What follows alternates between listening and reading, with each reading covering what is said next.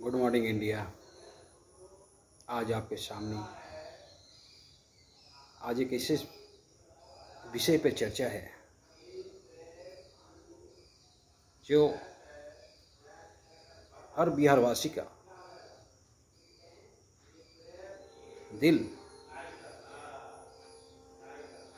हर बिहारवासी का सीना चौड़ा हो जाता है।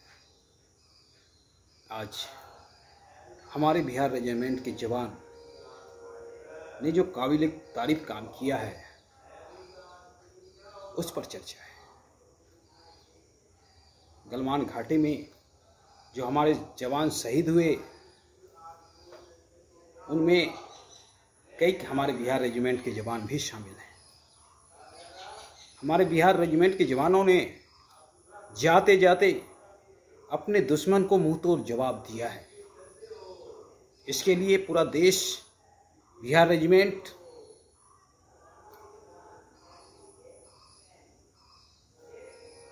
या पूरे भारत के जवानों का ऋणी है, जो अपनी मातृभूमि के लिए अपनी जान का परवाह न करते हुए भी दुश्मनों को कांटे का टक्कर दिए। इसलिए आज पूरे देश के तरफ से एक बार फिर बिहार रेजिमेंट या पूरे देश के फौजी को जो हमारे जवान शहीद हो गए उसका श्रद्धांजलि है मेरी तरफ से। बात हमारे फौजी ने तो सूचना दी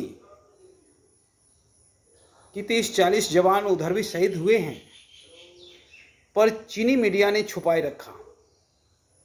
इस बात का भनक चीनी मीडिया ने किसी को नहीं लगने दिया।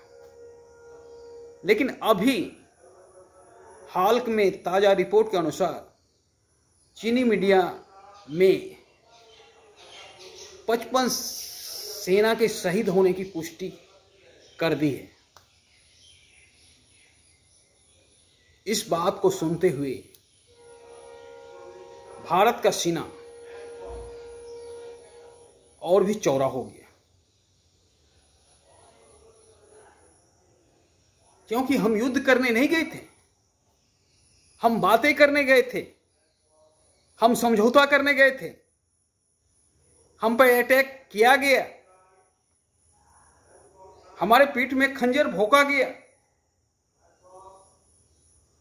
फिर भी जब खंजर भोंका गया तो भी हमने जवाब दिया, और जवाब भी काबिले तारीफ दिया। जबकि हमने तैयारी नहीं कर रखी थी युद्ध की,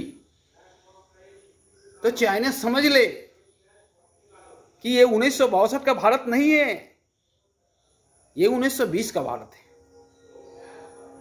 हम किसी भी चुनौती का सामना करने में सक्षम हैं। हम युद्ध की बात नहीं करते हैं, हम शांति की बात करते हैं, क्योंकि ये देश बुद्ध का है। पर ये ना समझे कि हम शांति की बात करते हैं तो हम कमजोर हैं, क्योंकि ये देश चाणक्य का भी है। जिस भाषा में आप बात करोगे उसी भाषा में हम बात करेंगे, पर हम शांति की बात करते हैं और करते रहेंगे। हमने कभी अटैक नहीं किया, चाहे कारगिल का युद्ध हो, चाहे 62 का युद्ध हो, चाहे कोई भी युद्ध हो, हमने कभी भी पहले अटैक नहीं किया। हम पर युद्ध जब थोपा जाता है तो हम अपनी मातृभूमि की रक्षा करते हैं। और आज भी हमारे तरफ से कोई गलती नहीं हुआ। हमने समझौते की बात करने गए, हमने बात करने गया, हमारे जवान बात करने गए, उस पर हमला किया गया। कहीं न कहीं इस बार भी हम पे युद्ध थोपा जा रहा है। चाइना एक बात समझ ले, परमाणु संपन्न हम भी हैं, आप भी हैं। युद्ध जब होगी तो बर्बादी दोनों तरफ से होगी। बर्बादी भी ऐसी नहीं होगी, क्योंकि दो महाशक्ति जब टकराता है तो किस तरह की बर्बादी होती है, वैसी बर्बादी होती है। तो हमें कमजोर समझने की भूल ना करे, क्योंकि ये नेहरू की भारत नहीं है, ये मोदी का भारत है, ये 62 का भारत नहीं है, ये 1920 का भारत है। आज हम किसी भी हालात से निपटने के लिए तैयार हैं। वैसे भी हमारी सेना 4 सेना के बराबर एक भारतीय सेना है, यानी 4 फौजी आपका और 1 आर्मी मेरा बराबर है। तो संख्या की दृष्टि से हमें ना आके ये भूल आपको बहुत महंगा पड़ सकता है, क्योंकि हमारे सेना ने हर समय अपने जानों की परवाह ना करते हुए मातृभूमि की रक्षा की है। और आज हम अकेले नहीं हैं, ये भी समझने की भूल ना करें। आज हमारी विदेश नीति सबसे सर्वोत्तम नीति है। पहले की सरकार जो भी थी उससे अच्छे विदेश नीति है हमारे पीएम का। तो ये भी कहीं ना कहीं समझने की गलती ना करें कि हम अकेले हैं, और अगर अकेले पड़ भी गए तो हम किसी भी स्थिति से निपटने के लिए तैयार हैं। लेकिन हां, हम पहले युद्ध की बात नहीं करते, हम पहले शांति की बात करते हैं, हम पहले अमन की बात करते हैं, क्योंकि राम ने भी कई एक दफा शांति के संदेश रावण के पास भेजा था। वो भी युद्ध नहीं चाहते थे, क्योंकि युद्ध की बर्बादी से भली भांति वो भी परिचित थे। और इंडिया राम का देश है, इंडिया बुद्ध का देश है। इंडिया कभी युद्ध नहीं चाहता है। लेकिन हां, अगर मातृभूमि पर संकट के बादल मंडराएंगे तो खड़ा होना पड़ेगा हमें लड़ने के लिए। और इस स्थिति के लिए हर हमेशा इंडियन आर्मी तैयार रहता है। चाहे दुश्मन कोई भी हो, इंडियन आर्मी का जवाब नहीं दे सकता है।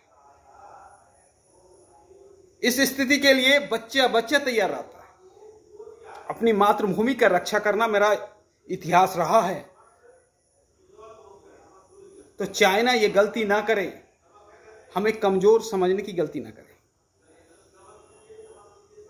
आपको पता चल गया होगा, गलवान घाटी में ही हमारे 20 जवान शहीद हुए, आपके 55 जवान शहीद हो गए। थोड़ी सी टक्कर हुई, वो भी हमारे पीठ में आप खंजर जब भोंकने आए थे तब आपके 55 जवान शहीद हो गए थे, जब हम तैयार नहीं थे। तो ये भूल ना करें चाइना। हम युद्ध नहीं चाहते, हमारे पीओ में युद्ध नहीं चाहते हैं, हम युद्ध की बात नहीं करते हैं। लेकिन हम अपनी मातृभूमि का 1 इंच भी आपको नहीं दे सकते। हम मातृभूमि के लिए सर कटा सकते हैं, लेकिन सर झुका नहीं सकते। ये हमारा इतिहास रहा है। हमें कमजोर समझने की गलती ना करे चाइना, क्योंकि आज हर स्थिति से निपटने में सक्षम है भारत। हर स्थिति से निपटने में सक्षम है भारत, या यूं कहें इस मामले में आत्मनिर्भर है भारत। भारत को अगर किसी का साथ ना भी मिला तो चाइना को मुंह तोड़ जवाब देने में भारत अकेले ही काफी है। तो चाइना ये ना समझे कि हम कमजोर हैं। और आपने तो पूरी दुनिया को तबाह कर दिया, आपको तो इसका हिसाब देना होगा। आपने कोरोना वायरस को छुपाकर आज पूरी दुनिया में फैला दिया, और इसी से बचने के लिए आप कहीं ना कहीं युद्ध पे फोकस कर रहे हैं।